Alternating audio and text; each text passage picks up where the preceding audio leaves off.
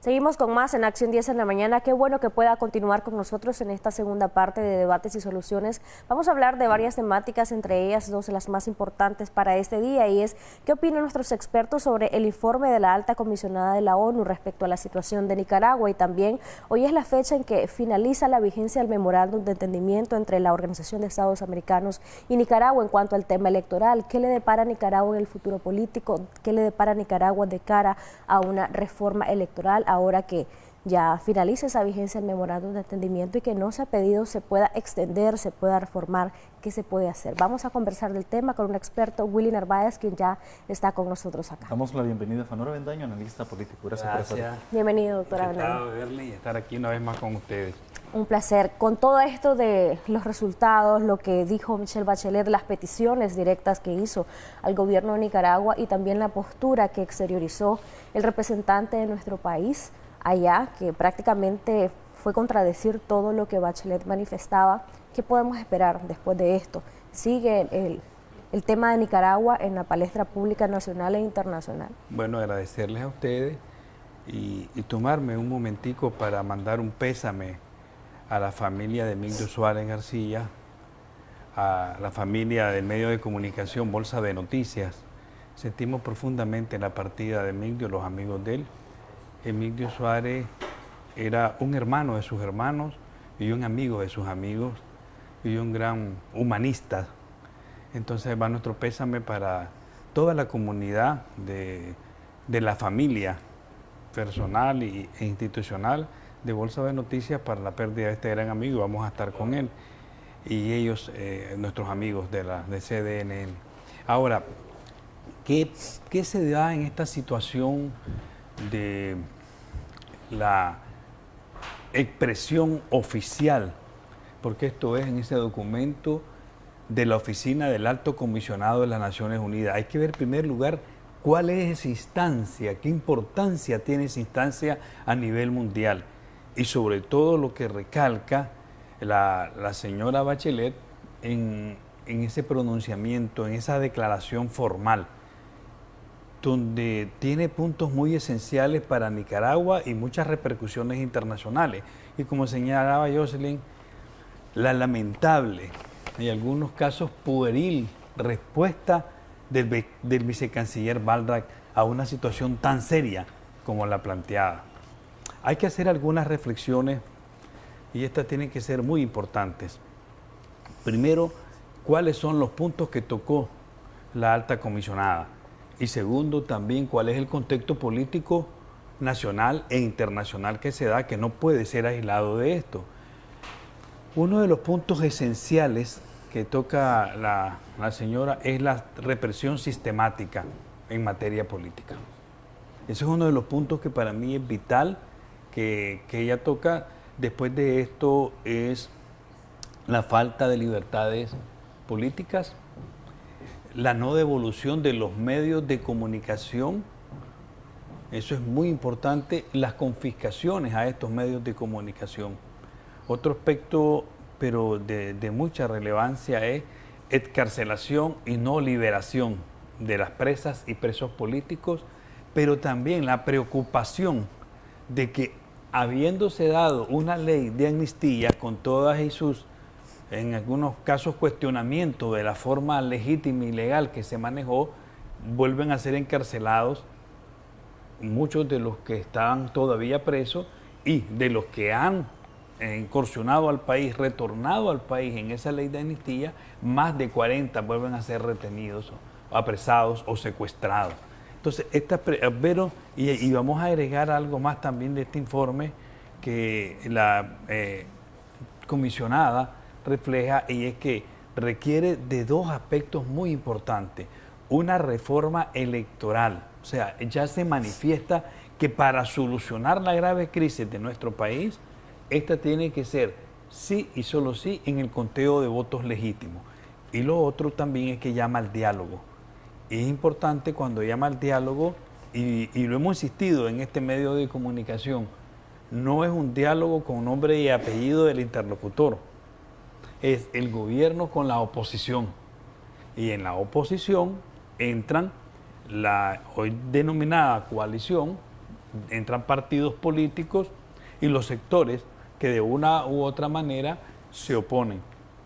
Las grandes preocupaciones internacionales ahorita van también en que la libertad de expresión en Nicaragua está siendo sistemáticamente lastimada, pero ya no solo el medio en sí, sino que corporalmente, lo que le pasó a usted, Milia, lo que le pasa a Yeltsin, lo que le pasó a Minta, lo que le pasa a muchos y muchas periodistas en la represión que hay corporal. Y esto es muy preocupante y debe preocupar al gobierno del presidente Ortega, porque esto va caldeándose y va a llegar un momento que no se va a poder sostener a esta gente que ya no es solo el aparato oficial que te reprime, sino que ya vimos que por medio de redes o personas que ya físicamente se dan a la tarea también de ser parte de ese acoso, eso debe de ser detenido de manera inmediata. Ese informe incluso habla del tema de la impunidad, que se están dando las violaciones de derechos humanos, las agresiones, y no hay procesados ni policías ni personas civiles que claramente operan con ellos. Sí, esto también es importante, por eso estábamos hablando de pero qué podemos plantear en una situación dada. Hay que aplaudir ese informe de la alta comisionada. ¿Qué ganamos con aplaudirlo? Hay que reflexionar sobre él. ¿Por qué? Porque este informe no es necesariamente, aunque se señala al gobierno central del presidente Ortega, este es un informe contra el Estado de Nicaragua. Y el Estado de Nicaragua es el que tiene que responder, y el Estado somos todos. Eso es. O sea, no podemos decir que aplaudible, pues que alegres que estamos, que se condenó. No, debemos decir qué reflexión hacemos para, como Estado, como nación, como país, demos propuestas también. Y hay propuestas que hay que hacerle al gobierno del presidente Ortega para superar esta crisis. Pero ¿será que el gobierno del presidente Ortega o el presidente Ortega en sí va a estar dispuesto a eso? Porque ese era uno de los llamados de la alta comisionada, el hecho del diálogo, de la reforma electoral y también el retorno de la oficina del alto comisionado. Sí, siempre que hay que buscar espacios. Yo diría que no hay que cansarse en la búsqueda de la paz y hay que buscar espacios. ¿Por qué? Porque hay que también atender, y en los medios de comunicación, afortunadamente, como el Canal 10, que hablan en algunos sectores que no es equilibrado, yo digo que es extremadamente equilibrado, hay que entender esto. El gobierno tiene cierta alergia a estos organismos y en algunos casos de forma legítima. No hay que decir que no. Hay que entender, y cuando yo hablo con altos funcionarios del gobierno por cuestiones de circunstancias en academia o en otro tipo, cuando nos vemos en otro foro, y dicen que de cuenta de que Nicaragua como Estado o como gobierno le va a hacer caso al alto comisionado, a la CIDH, a Amnistía Internacional, cuando son organismos financiados por países o por el imperialismo, y que lo que tienen es una narrativa política. Fíjese que yo podría hasta ponerme en esa posición, si quieren, el análisis.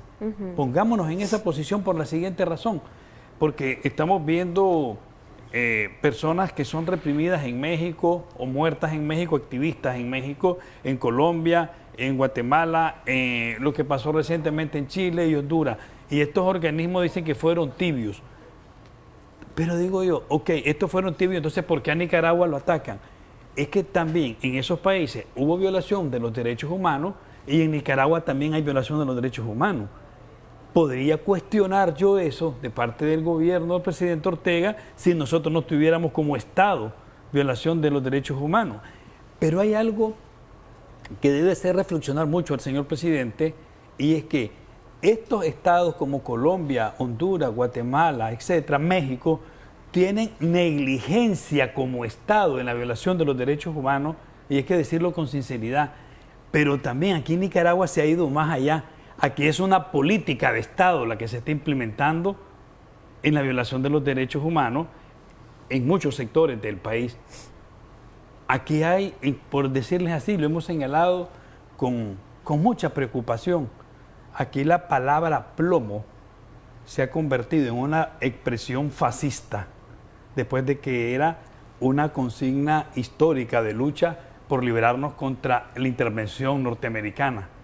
y ahora la han convertido en una expresión fascista, de amedrentamiento, de amenaza, de muerte, de presión psicológica. Y entonces, eso es una política de Estado, porque la promueven con sectores del Estado. Una política de Estado es que el que marcha todas las semanas, las marchas de no sé qué cosa, no le he puesto... Siempre hay una caminatas, le llaman. Las caminatas, los sábados, pero las calles son para un sector, pero se le niegan a otro sector. Esa es una política de Estado.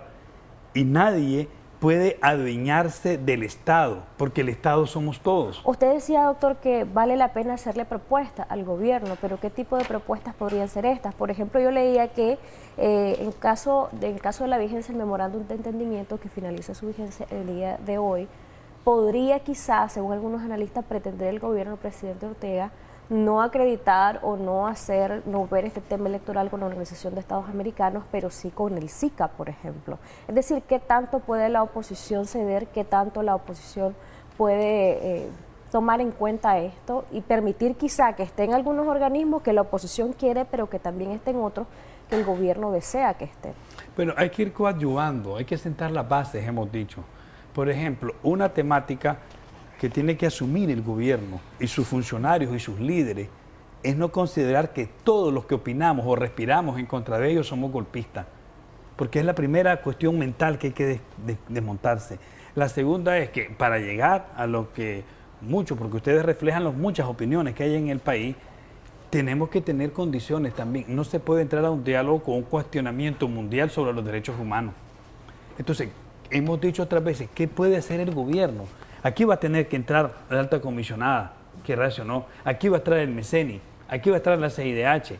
Entonces, si no le ponemos una puerta al gobierno, ¿cómo puede ser si no opinamos los que tenemos la gran oportunidad que ustedes nos dan de comunicarnos con la población? ¿Qué hemos dicho? Hay que hacer una Procuraduría de Derechos Humanos reconocida con legitimidad. ¿Cómo puede ceder el gobierno de Nicaragua si vimos ahorita recientemente que no dejaron entrar a los eurodiputados? Claro, bueno, por eso te digo, lo primero que hay que hacer es una nueva Procuraduría de Derechos Humanos, que esté en estable comunicación con el alto comisionado, con el MECENI, con la CIDH, con Amnistía Internacional y con los quien sea, con los organismos locales, primariamente. Después de esto, en esa política de derechos humanos, buscar también cauces de veracidad. También hay cosas y gente del gobierno que dice que tiene que demandar que se aclaren, y eso es legítimo. Entonces, una vez con eso, entramos después a una etapa de coordinación con organismos internacionales para que también vengan a verificar los procesos de paz o de diálogo. Y también la oposición tiene que tener aspectos objetivos, claros, determinantes hacia qué ruta llevamos. Vea, la paz, la justicia, la tranquilidad, la ponderación política no se va a lograr necesariamente en un proceso electoral, ni todas las condiciones las vas a tener para ir a un proceso electoral. Ningún sistema autoritario te deja que le quites el poder caminando en una alfombra de terciopelo. A su juicio, doctor, ¿no va a pedir el gobierno de Nicaragua que se extienda el memorándum de entendimiento entre la OEA y el Estado de Nicaragua? Es muy importante su observación, porque no se puede extender, ratificar o finiquitar algo que no inició. Sí, por lo tanto, es algo que dice que realmente de todo lo que se acordó y se planteó ahí no se cumplió nada. Entonces lo que va a haber es, dentro de esa documentación, que no es aún un papel mojado, porque hay buenas intenciones, se va a retomar y se va a reiniciar. Yo estoy totalmente seguro de que se vienen políticas de diálogo. Estoy totalmente seguro que el presidente Ortega va a hacer unos cambios a partir de marzo o abril, y van a dar unas variantes en la política nacional. Expertos consideran que Ortega está esperando si Almagro es reelecto o no, creo que el 20 de marzo. Sí. ¿Podría ser esto una realidad? Ahora, la Alianza Cívica, sí. La Alianza Cívica, la oposición pidió que se extendiera, así lo pidieron, de ese modo. ¿Esto no tiene peso a la hora de un acuerdo como este?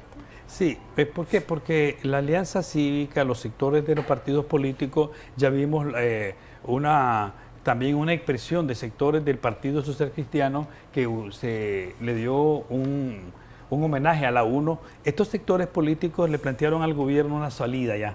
La salida es una salida de una negociación con condiciones mínimas para ir a una elección legítima y entrar a un proceso de transición política. ¿Qué quiere decir? Que con ese mensaje que manda la oposición a nivel de la comunidad internacional y a nivel de la sociedad nicaragüense es, sí, vamos a una elección, si ganamos nosotros esa elección, usted, partido FSLN, que actualmente está en el poder, va a tener un espacio en esa transición democrática.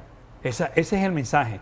En otras palabras, ni el que gana lo va a ganar todo, ni el que pierde lo va a perder todo. De manera que aquella postura que tiene la oposición de, por ejemplo, decir que el presidente Ortega no se puede volver a lanzar como candidato, no se puede reelegir, ¿podría ser eso una de las posturas que tengan que ceder?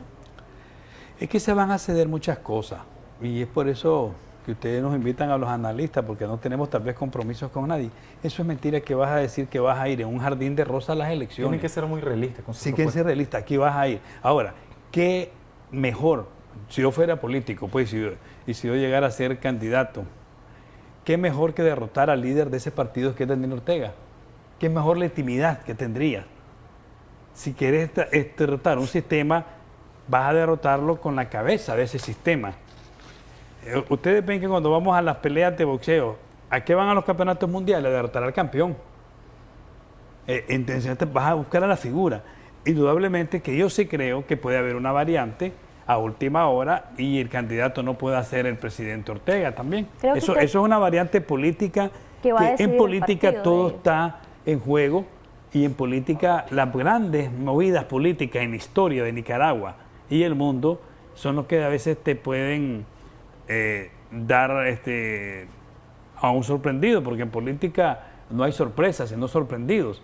Entonces eso también tiene que ser analizado. ¿Ha sido acertado el trabajo de la oposición dentro de la coalición ahora que ya se firmó en este caso lo de la coalición? Ya se sabe los sectores que van a estar. Yo creo que a veces, ¿o hay aspectos que se deben mejorar? No, a veces somos muy injustos los nicaragüenses porque es parte de nuestra idiosincrasia.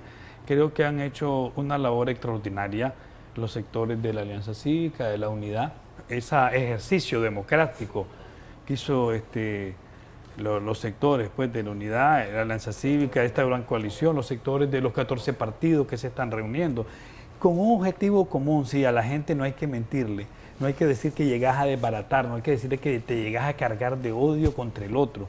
No, aquí en Nicaragua la solución somos todos. Y entonces lo que no hay que mentir a la gente es que vas a desmontar que este país, como algunos, digo yo, guerrilleros cibernéticos, dicen que hay que desmontar el ejército, que hay que desbaratar la policía, que hay que quitar todo lo que huela a sandinismo. No se va a poder ni se debe hacer. Hay que hacer reformas institucionales en cada ente. Hay que reformar inclusive los partidos políticos, que decíamos nosotros, y dice su eminencia, Monseñor Álvarez, tenemos una factura, y hay una factura histórica, pero también tenemos un legado histórico, los partidos políticos. Vamos a escuchar unos legados firmes de lucha democrática también tienen los partidos políticos. Vamos a escuchar, doctor, los audios de nuestros televidentes y después su respuesta y cierre de esta entrevista. Sí, adelante. Buenos días al invitado Fanor Avendaño, ¿verdad? Yo le quiero preguntar en qué le puede importar a Daniel Ortega los informes de la ONU, los informes de la OEA, si a él no le interesa eso. Y lo ha demostrado con todo lo que ha pasado, con las sanciones y todo. Y aunque vengan más sanciones, se ve que este gobierno no le importa, porque a él no le interesa estar aislado. Él lo que quiere es estar reprimiendo y estar dañando más la economía y estar dañando más a Nicaragua y dejarlo en ruinas. Pero lo demás que venga, eso para él no le importa. Siguiente audio. Muy buenos días a todo el staff de Canal 10. Saludos al doctor Avendaño. La verdad es que no nos debe sorprender absolutamente nada del régimen sandinista. Ellos son mitómanos por ideología, creo, o por dogma, y pues siempre están cometiendo cualquier tipo de arbitrariedad y de delitos contra la población. Lo que sí me sorprende a mí es que no haya todavía una comisión jurídica que emane de la misma coalición y de los distintos movimientos que se están integrando y partidos políticos, una comisión jurídica que esté buscando cómo elevar una denuncia internacional contra este régimen, pues por crímenes de lesa humanidad, independientemente de que no sea o no haya el instrumento jurídico apropiado como el Acuerdo de Roma, pero me imagino que algo debe de haber. No creo que estemos desarmados jurídicamente, totalmente jurídicamente, pues en relación a este tema. Mucho gusto y gracias. En cuanto al primer audio, ¿usted considera de que no le importan al gobierno de Nicaragua este tipo de informes? ¿No le importan las sanciones? En un principio creo que no le importaban. Ahora sí creo que les da pánico. Les da pánico. Y ojalá no les dé pánico escénico, porque de verdad deberían estar muy interesados y deberían de ponerse más fríos en pensar este tema. No le ganaron la batalla a los organismos de derechos humanos internacionales. Entonces deberían de ponerse a pensar. Y para mí que eso es, lo de los organismos es más fuerte que las sanciones mismas. Y el representante de Nicaragua en su discurso se notó mucha preocupación con el tema de las sanciones, sí. De hecho. Usted miró muy bien a Balda. Lamentablemente hizo el ridículo, pues hay que decirlo con... Yo soy muy respetuoso con las personas, pues, y le tengo mucho afecto personal a Balda, pero hizo el ridículo ahí. Pues. O sea, no estaba a su altura. Él fue funcionario, inclusive, de las Naciones Unidas. Él fue funcionario de organismos norteamericanos de cooperación y él sabe pues lo que estaba haciendo, indudablemente que sí. En cuanto a la trascendencia y repercusiones que puedan tener, decía un amigo, realmente jurídicamente no hay mucho que hacer. Algunos analistas ayer reaccionaban ante este informe y decían que a lo mejor podía ser utilizado de cara a juzgar a las personas que son señaladas por diferentes situaciones que se dieron en el contexto de la crisis por delitos de lesa humanidad, por ejemplo. ¿Esto es real? Las reglas del juego, y la gente tiene que entenderlo, ¿verdad? Bueno, yo ya estoy acostumbrado a todos los ataques en las redes cuando no doy la opinión del que quiere que escriba y hable lo que le está pensando.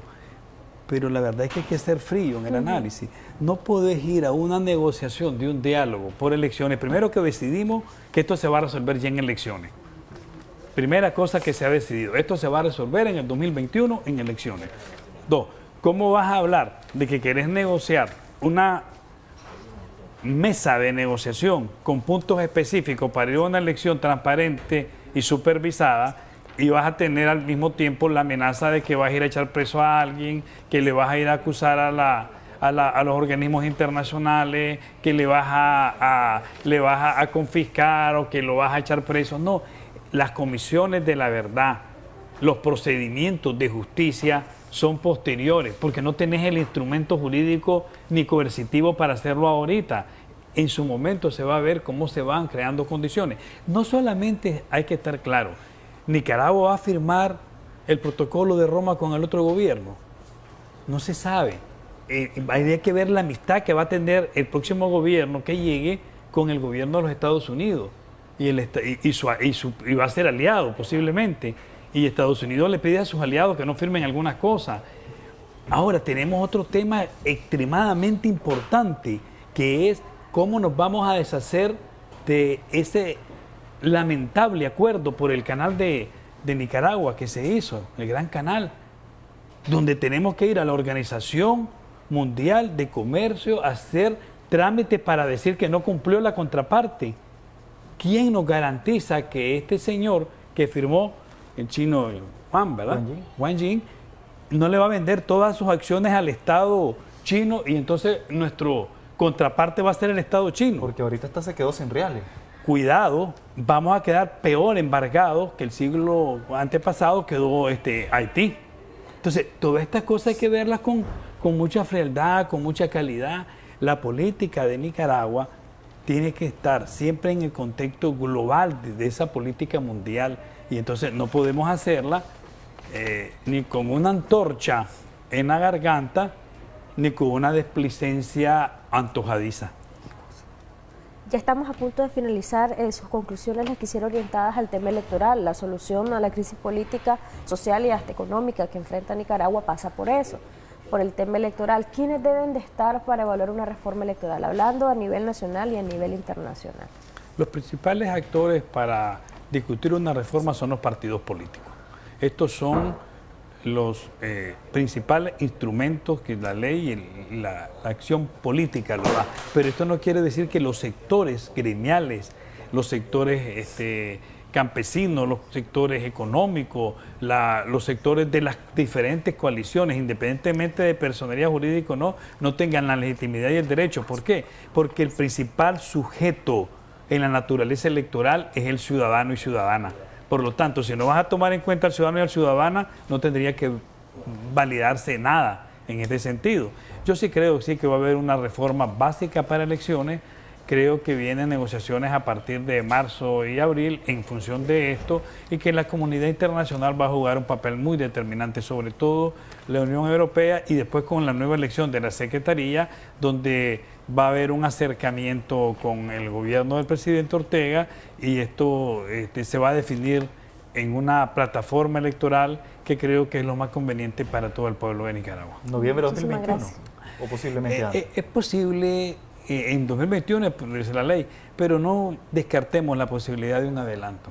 Y ahora, a mi modo de ver, un adelanto ya no le favorece a la oposición. Muchas gracias por haber estado con nosotros acá en la revista. Antes de terminar este segmento, vamos a presentarles en pantalla la tendencia en cuanto a la participación el día de ayer del comentarista político Jaime Arellano, quien nos acompañó en el segmento Debates y Soluciones. Obtuvimos 90.323 personas alcanzadas, además de 40.000 reproducciones de esta entrevista, 14.213 interacciones, 720 me gusta, generó 668 comentarios y fue compartida esta entrevista 137 veces. Es parte pues de la tendencia que generó esta entrevista del día de ayer en Debates y Soluciones, la comparecencia del comentarista político Jaime Arellano. Siempre les invitamos a que sigan participando de sus comentarios a través de nuestras redes sociales. Yo le doy traslado a Michelle Polanco y Odili Vargas, que nos tiene más información. Gracias, Willy. Efectivamente, nosotros ya casi en la recta final de hoy día, Acción 10 en la mañana.